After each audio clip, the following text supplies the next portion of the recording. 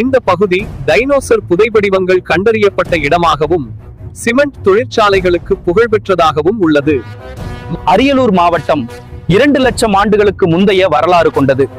இப்பகுதி பண்டைய காலத்தில் விஷ்ணுபுரம் நகர்ந்து ஜெனிஸ் குடும்பத்தை சார்ந்த உருமாறிய பாறைகளாலான தற்போதைய நிலம் வெளிப்பட்டது. இந்த பாறை வகைகள் வண்டல் மற்றும் ஜிப்சம் பாறைகளால் மனித இனம் தோன்றுவதற்கு முன் இந்நிலம் கடலுக்கு அடியில் மூழ்கி இருந்தது. பின் காலநிலை மாற்றங்களால் கடல் விலகியதால் ஏற்பட்ட மாற்றங்களை தொடர்ந்து கடல் மற்றும் கடற்கரையிலே வாழ்ந்த பல்வேறு இனங்கள் சகதி மற்றும் சதுப்பு நிலத்தில் எனவே அரியலூர் மாவட்டம் ஒரு தொல்லுயிர் விலங்கியல் பூங்காவாக திகழ்வதுடன் புவியியல் ஆராய்ச்சியாளர்களின் மெக்கா எனும் சிறப்பு பெயரால் அழைக்கப்படுகிறது. மரம், விலங்கு மற்றும் தாவர இனங்களின் பல்வேறு வகையான படிமங்கள் இம்மாவட்டத்தில் காண கிடைக்கின்றன.